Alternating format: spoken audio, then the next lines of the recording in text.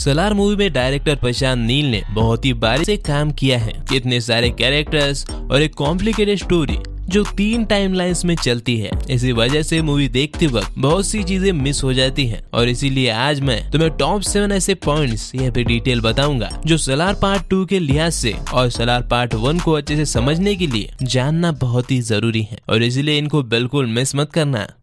Number 1, पता नहीं तुमने ये नोटिस किया है या फिर नहीं, पर पूरे फिल्म में वर्दा और देवा बिना कुछ कहे ही एक दूसरे की सिचुएशन बहुत ही अच्छी तरह से समझ लेती है। जब वर्दा देवा से मिलने आता है और उसे खानसार ले जाने की बात कह नहीं पाता तो देवा उसके चेहरे पर जख्मों के निशान और उसका चेहरा देखकर ही समझ जाता है कि वर्दा उसे लेने आया है। अब यही सेम चीज बचपन में भी होती है जब रुद्रा वर्दा की नाथुनी छीन लेता है और इस सीन को हमें इस सीन के बीच में भी दिखाया गया है। वहीं पे मूवी में हमें और जगह पर भी ये चीज दिखाई गई है। विष्णु को मारते वक्त वर्दा देवा को नहीं रोकता और वहीं पे देवा को इस जगह से दूर रखने की पूरी कोशिश भी करता है क्योंकि वो जानता है कि देवा जब किसी भी औरत के साथ गलत होते हुए देखता है तो वो आउट ऑफ कंट्रोल हो जाता है अपनी माँ की वजह से। वहीं पर देवा जब विष्णु और उसके बाप नारंग को मारता है तब दोनों सीन में उन दोनों को मारने के बाद वर्दा उसे कुछ नहीं कहता, फिर भी देवा खुद उसे सॉरी कहता है और एक्सप्लेनेशन देने लगता है क्योंकि देवा जानता है कि वर्दा गुस्सा है। ये चीज उनकी दोस्ती के बॉन्ड को दिखाती है और ये बात मैंने तुम्हें इसलिए भी बताई क्योंकि सलार देखने के बाद कई लोग ये कंप्लेंट कर रहे थे कि वर्दा और देवा आपस में ज्यादा बात नहीं करते जिसकी वजह से उनकी दोस्ती फील नहीं होती, तो ये उसी का जवाब है। नंबर 2, जब देवा की माँ आद्या से कहती है कि तू ना मुझे पसंद आई ना बच्चों को, तब वो झूठ बोलती है क्योंकि अगर उसे वाकई में आद्या अच्छी नहीं लगती तो वो उसे अपने घर में रखकर टीचर का जॉब नहीं देती, जबकि वो आसानी से किसी पर भी भरोसा नहीं करती है। वही भी उसने देवा को खून खराबे से बचाने के लिए क्या कुछ नहीं किया होता, यहाँ तक कि वो देवा को एक प्लास्टिक का चाकू तक छूने नहीं देती। लेकिन जब आद्या को गुंडे पकड़कर ले जा रहे होती है तब वो देवा को खुद उनके हाथ पैर तोड़ के उसे वापस लाने को कहती है, जबकि वो जानती है कि आद्या को बचाने से उसे ये गांव भी छोड़ना पड़ेगा। यही नहीं बल्कि इस सीन में भी वही देवा को इस गाड़ी से आद्या को बचाने के लिए कहती है, जबकि वो इस बार भी जानती है कि ये वर्दा के लोग हैं और सील वाली गाड़ी है और इसे रोकने का मतलब सीधा वर्दा और देवा की लड़ाई। तो अब सवाल ये है कि फिर वो ऐसा क्यों कहती है? देखो यार, वो जानती है कि उसका लौंडा जवान हो गया है तो कहीं अगर वो आद्या के चक्कर में पड़ गया तो ये तो साला कृष्णकांत की बेटी है और इसके पीछे खानसार की मुसीबतें भी आएंगी। और देवा की माँ अच्छी तरह से जानती है कि देवा इमोशन के चक्कर में कुछ भी कर सकता है, इसलिए जैसे आद्या अपने माँ की अस्थियां देवा के हाथ में देकर उसे इमोशनल करने की कोशिश करती है, अम्मा जी अपना डायलॉग मार देती है। वही पे इस सीन में जब देवा और उसकी माँ जा रही होती है तो जाते वक्त भी अम्मा देवा को बिलाल से अच्छी तरह से बात करने देती है, लेकिन जैसे ही वो आद्या की तरफ बढ़ता है उसे देर हो रही है कह के बात नहीं करने देती। नंबर 3, ओके, तो मूवी में वर्दा और देवा दुश्मन कैसे बनेंगे? इससे भी बड़ा सवाल ये है कि 101 भागों के 100 वोट कैसे हो रहे हैं? इस सवाल ने सारे यूट्यूब पर बवाल कर रखा है क्योंकि बिलाल के मुताबिक खानसार को 101 हिस्सों में बांटा गया था और हर हिस्से का एक नायक था। वहीं पे नायकों के 3 दर्जे थे। पहले कैपर जिन्हें एक पतला कड़ा दिया जाता था और वो 1 वोट दे सकते थे। दूसरे थे सरदार जो 3 वोट की ताकत रखते थे और तीसरा खुद करता यानी खानसार का राजा जो 15 वोट दे सकता है। अब यहाँ पर 61 कापर है, 8 सरदार है और 1 करता, यानी कापर के हो गए 61 प्लस सरदार के हो गए 24 और करता के 15, इनका टोटल होता है 100। तो फिर 1 वोट किधर गया? आसमान निकल गई या जमीन खा गई उसे? I mean, तुम समझ लो मैं क्या कहना चाहता हूँ। अरे देवा, ये गड़बड़ है बाबा। तो मैंने इसके बारे में बहुत सोचा और मेरा निष्कर्ष ये निकला कि या तो हम इसे एक मिस्टेक मान सकते हैं या फिर हमसे ही इसे समझने में मिस्टेक हो रही है, क्योंकि जब लास्ट में इस सीन में वाली वोट काउंट करता है तब वो कहता है कि पूरे 101 वोट है, जिनमें से विष्णु और उसका बाप नारंग जिसे देवा ने मार दिया था तो उनके 4 वोट कट गए, यानी विष्णु कापर था तो उसका 1 वोट और नारंग सरदार था तो उसके 3 वोट। टोटल 4 वोट कटने के बाद बाकी बचे 97, जिसमें वर्दा का वोट भी शामिल है, यानी वोट 101 ही है, फिर भी गिनती 100 आ रही है। और सच कहूं तो मुझे नहीं लगता कि मेकर्स इतनी छोटी गलती करेंगे। तो मेरे हिसाब से यहाँ पर बिलाल से गलती हो रही है। और ऐसा मैं इसीलिए कह रहा हूँ क्योंकि उसने शुरुआत में भी हमें बताया था कि 8 सरदारों में से 5 राज मन्नार ने घनियार कबीलों में बांट दिए थे और 3 अपने फैमिली मेंबर्स को दिए थे, जबकि ऐसा नहीं है। दरअसल राज मन्नार ने 4 सरदार के कड़े अपने घर में ही दिए थे, जिनमें वरदा भी शामिल था। और हम ये जानते हैं कि वरदा ने खुद देवा को बचाने के लिए रंगा के बाप को अपना कड़ा दिया था। और क्योंकि उस समय बिलाल वहाँ नहीं था तो वो ये नहीं जानता है। इसी तरह हो सकता है कि किसी और सरदार के पास भी वरदा की तरह ही एक कापर वाला कड़ा हो जिसके बारे में बिलाल नहीं जानता। तुमको क्या लगता है? नंबर 4। ओके, तो राज मन्नार के 4 बच्चे हैं, जिसमें से रुद्रा और राधा रमा पहले बीवी के हैं और बाची और वरदा दूसरी बीवी के। आई नो कि ये तुम्हें पता है, लेकिन क्या तुम्हें ये पता है कि राज मन्नार इन सब में से किसको ज्यादा प्यार करता है? नहीं, राधा रमा के दीवानो वो राधा रमा नहीं है, वो है वरदा। हाँ, मैं जानता हूँ कि बिना प्रूफ के तुम प्रशांत नील की भी नहीं सुनते, तो चलो मैं तुम्हें प्रूफ देता हूँ। देखो, जब देवा को बचाने के लिए वरदा अपनी टेरिटरी रंगा के बाप को देता है तो ये चच्चा कहते हैं, एक बार फिर सोच ले वरदा, एक अंसार की सबसे बड़ी टेरिटरी है, यानी कि राज मन्नार ने वरदा को भारगत नाम की सबसे बड़ी टेरिटरी दी थी, जबकि रुद्रा उससे बड़ा है तो टेक्निकली ये उसे मिलनी चाहिए थी। वहीं पर इतनी बड़ी गलती पर भी राज मन्नार 25 सालों तक वरदा के लिए खाने की मेज पर एक कुर्सी खाली रखता है। और यही वजह है कि राधा रमा और रुद्रा वरदा से इतनी नफरत करते हैं, क्योंकि वो जानते हैं कि राज मन्नार उनसे ज्यादा वरदा को चाहता है। और यही वो वजह भी होती है कि ये जानते हुए भी कि रंगा को उसकी सरदार की कुर्सी मांगने पर खानसार में बगावत हो सकती है,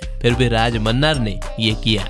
और वरदा से इतना प्यार करने का रीजन सिंपल है, वरदा अपने दादा शिव मन्नार की तरह दिखता है। और ये चीज मैंने तुम्हें इसीलिए बताई क्योंकि पार्ट 2 में राज मन्नार के सामने उसका सबसे चहेता बेटा होगा, उसकी ही कुर्सी के लिए उसकी जान लेने पर तुला होगा और ये सिचुएशन बहुत डार्क हो जाएगी।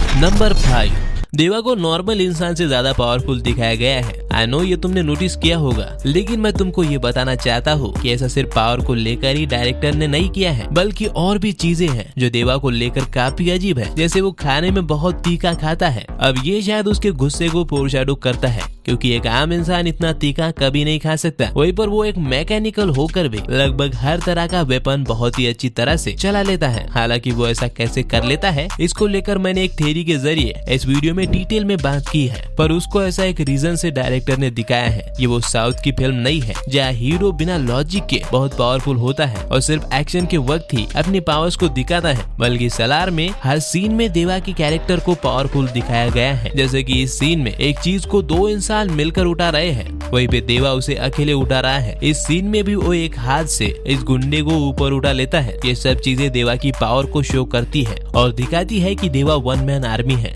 जिसका गाने में भी कई बार जिक्र हुआ है। और 1 मैन आर्मी वाली चीज को बहुत ही अच्छी तरह से प्रेजेंट किया गया है, जहाँ पर सभी लोग खानसार में सीज फायर हटते ही लड़ाई के लिए अपनी अपनी आर्मी को खड़े करते हैं। तब वरदा सिर्फ देवा को लेकर आता है और खुद राज मन्नार ने भी ये कहा था कि अगर शौर्यांगा कबीले में से एक भी बच गया तो उनका बदला भयानक होगा। अब भाई लोग, यही से हमारी अगली डिटेल आती है, जहाँ देवा ये सब इसीलिए कर पाता है, वो इतना केपेबल इसलिए है क्योंकि वो शौर्यांग है। और मूवी में हमें कई हिंट दिए गए हैं जिससे ये पता चलता है कि शौर्यांग कबीला घनियार और मन्नार कबीले से कई ज्यादा पावरफुल है। शौर्यांग कबीले का हर इंसान हर चीज में इन दोनों से कहीं आगे है। इसलिए जब राज मन्नार ने कर्ता बनने के लिए पूरे शौर्यांग को मारने को कहा तो उसका ये आदमी कहता है कि क्या हम उनका मुकाबला कर पाएंगे, और इसीलिए राज मन्नार उन्हें रातों रात मरवा देता है। सोचो, जिनसे राज मन्नार जैसा आदमी डर कर खानसार को ऊंची ऊंची दीवारों से और एक बड़ी आर्मी से प्रोटेक्ट कर सकता है, सिर्फ इस डर से कि उनमें से कोई एक जिंदा है, तो सोचो शौर्यांगा कितने पावरफुल और डेंजरस होंगे। और मेरे हिसाब से पार्ट 2 का नाम इसीलिए शौर्यांगा पर्वम है, क्योंकि हमें पार्ट 2 में शौर्यांगा कबीले के पास्ट में हुए खात्मे से लेकर उनके फिर से उठ खड़े होकर राज मन्नार से अपना बदला लेने तक की सारी चीजें दिखाई जाएंगी। नंबर 7, खानसार के कर्ता की हिस्ट्री काफी इंटरेस्टिंग है। जितने भी कर्ताओं को हमें मूवी में दिखाया गया है वो सभी मन्नार कबीले से थे और सभी ने कुर्सी पर आते ही खानसार को अपने हिसाब से चलाने के लिए उसके नियम बनाए। जैसे सबसे पहले कर्ता थे शिव मन्नार, जिन्होंने खानसार को अपने हिसाब से चलाने के लिए ये पूरा सिस्टम बनाया था, क्योंकि वो जानते थे कि तीनों कबीले बस मार काट जानती है और अगर कोई रूल ना हो तो कोई भी उनकी जगह राजा बनने के लिए उन्हें टपका सकता है। सिर्फ इसीलिए उन्होंने निबंधन नाम का एक संविधान बनाया, जिसमें उन्होंने सभी कबीलों में खानसार के 101 पाठ करके बांट दिए और खुद कर्ता बन गए। खानसार के 101 पाठ करने के बाद उनके सामने जो सबसे बड़ी प्रॉब्लम थी वो दूर हो गई, क्योंकि जो भी कुर्सी के लालची थे उन सबको शिव मन्नार ने छोटा हिस्सा देकर बगावत करने से रोक दिया और खुद किंग ऑफ खानसार बन गया। और शिव मन्नार को बाकी कबीलों ने इसलिए भी विरोध नहीं किया, क्योंकि उसने बड़े ही चालाकी से अगला राजा उन्हें बनाने का वादा किया था। लेकिन राज मन्नार ने शिव मन्नार के बाद राजा बनने वाली पार्टी को भी निपटा दिया और राज मन्नार ने भी अपने बाप की तरह ही घनियार कबीले के उन लोगों को सरदार बनाया जो आगे चल के कर्ता की कुर्सी के लिए बगावत कर सकते थे। और इसने भी अपने कंफर्ट के हिसाब से कुछ अपने नियम बनाए। और हाँ, ये मैं खुद से नहीं कह रहा हूँ। जब वरदा देवा को बचाने जाता है तब रंगा का बाप उसे कहता है, सरदार नियमों के हिसाब से जो कि आपके पिता ने ही बनाए थे, ये मेरा हक है। और इसीलिए वरदा सरदार होकर भी एक कापर को रोक नहीं पाता, क्योंकि राज मन्नार ने ही ऐसे रूल बनाए होते हैं। लेकिन कहानी अभी खत्म नहीं हुई, क्योंकि एक और मन्नार कबीले का कर्ता प्रेजेंट टाइमलाइन में खानसार पर राज कर रहा है और वरदा अपने बाप और दादा दोनों से बहुत आगे है। इसने पूरे खानसार को पहले एक किया और फिर उस पर राज कर रहा है। अब खानसार के 101 हिस्सों को फिर से एक करने के पीछे वरदा का सीधा सा मकसद ये है कि वो किसी के भी साथ अपनी गद्दी बांटना नहीं चाहता। और इस चीज को करने में उसे आसानी इसीलिए हुई होगी क्योंकि सीज फायर हटने के बाद शौर्यांग कबीला,